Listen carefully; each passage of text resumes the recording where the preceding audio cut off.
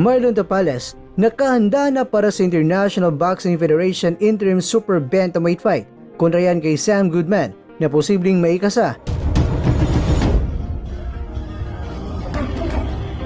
Manny Pacquiao, marami ang nag-alala na nakita ang kanyang unang video footage ng kanyang training. Marami ang nagulat dahil bakit sobrang pagod na agad si Pacman. Dito pong galing mga kwentong balitang ibabagi ko sa inyo. Kaya tara, kwentuhan na.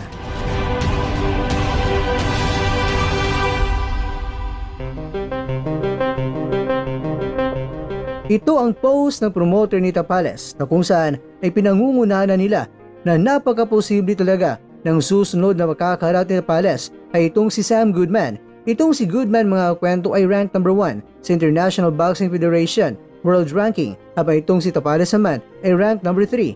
Naniniwala ang